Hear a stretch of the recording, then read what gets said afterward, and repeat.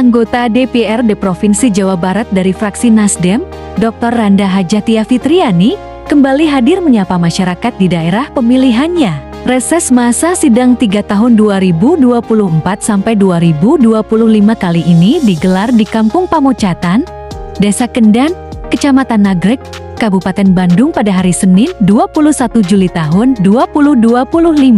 Warga menyambut hangat kehadiran Bu Tia yang datang bersama sejumlah tokoh masyarakat, kader PKK dan Posyandu, relawan Dulur Setia, hingga pengurus Partai Nasdem.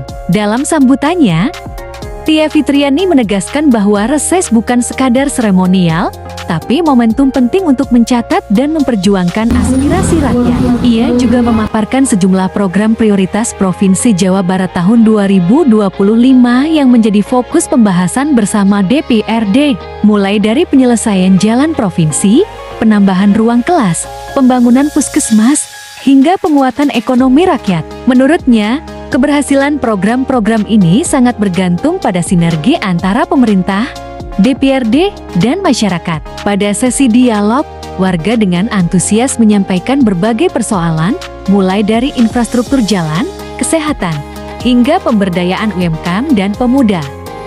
Alhamdulillah hari ini saya Tia Fitriani di titik pertama reses. Saya hadir di Desa Kendan. Di sini juga tadi saya membawakan tentang menginformasikan tentang program prioritas pembangunan di Jawa Barat. Tadi sudah disampaikan beberapa program.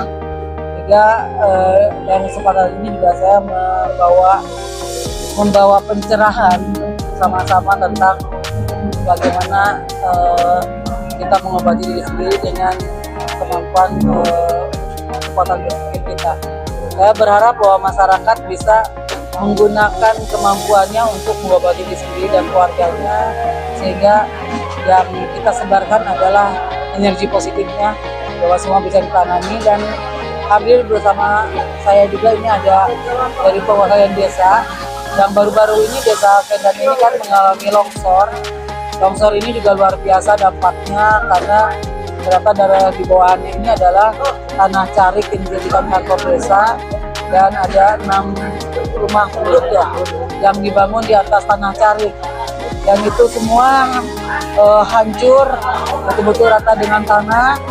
Kemudian juga yang dikhawatirkan ini adalah longsor susulan, karena tebing ini kan tanahnya ini tanah labil, tanahnya juga memang labil, dan pergerakan tanah ini takut terus terjadi, sehingga dari pihak desa berharap bahwa ada segera bantuan untuk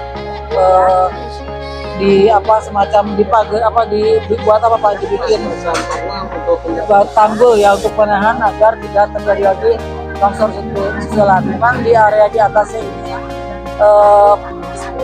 terjadi alih fungsi lahan, memang dari tadinya tanaman keras menjadi sayuran, pertanian.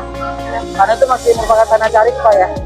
Nah, sekarang yang terkendala adalah rumah penduduk ini tidak bisa ditempati lagi, tidak bisa dibangun kembali karena terkendala dengan status tanah. Status tanahnya adalah tanah carik, dan ternyata tidak bisa dibangun, dibantu oleh pemerintah baik kabupaten maupun desa ya. Juga mungkin provinsi juga tidak bisa membantu itu. Yang jelas mungkin ini perlu duduk bersama bagaimana menyelesaikannya, karena warga ini 6 kakak ini tidak punya rumah, dan mereka memang tidak mampu untuk membeli tanah.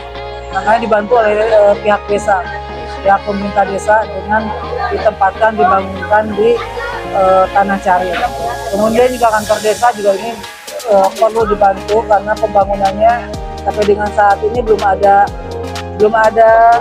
ini Pak ya, belum ada tindakan apa-apa ya, masih baru. Jadi sangat diharapkan Pak Bupati mohon ini bantuannya, dan juga mungkin yang jelas Pak Gubernur juga mohon bantuannya, karena ini juga memerlukan perhatian dari provinsi.